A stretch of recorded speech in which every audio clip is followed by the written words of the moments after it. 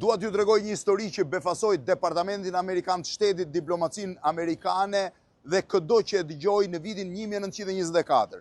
Në 6 prill vitit 1924, 2 turistë amerikanë, që në fakt ishin dhe biznesmen amerikanë, që kishin mbritur për të vizituar Shqipërinë dhe po shkonin drejt veriut, ranë në një prit. Ata të dy u vranë, shoferi u vra, një shoqërues i tyre u vra dhe asnjëherë nuk u mor vesh se kush ishin autorët e vrasjes. Në atë kohë pati akuza politike në Shqipëri që vrasja u bë për llogari të Ahmet Zogut, që ishte kryeministër. Ahmet Zogu akuzoi opozitën, por vrasja mbeti enigmë.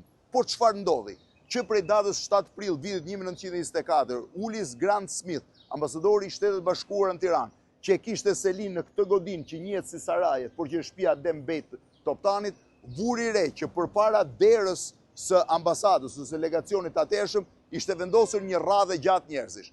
Për 7 ditë, pothuajse 10 orë në ditë, me qindra e qindra, ndoshta mira qytetarë të Tiranës, Krujës, Mamurrasit, Laçit, zonave përreth, mbritën për t'i bërë vizitë ngushëllimi ambasadorit të SBA-s dhe për të pirë kafen e ngushëllimit. Ai u befasua dhe i shkruajti Departamentit Shtetit, nuk e besoja dhe nuk e kuptoja se si kaq shumë njerëz që nuk kanë asnjë lidhje dhe nuk i kanë njohur dy amerikanët kanë ardhur për të ngushëlluar për vdekjen e tyre. U desh dikush që t'ia shpjegonte që ky është një zakon dhe traditë shqiptare, po për 7 ditë ai nxorri kafe për mira qytetarë shqiptarë që erdhën për ngushëllim.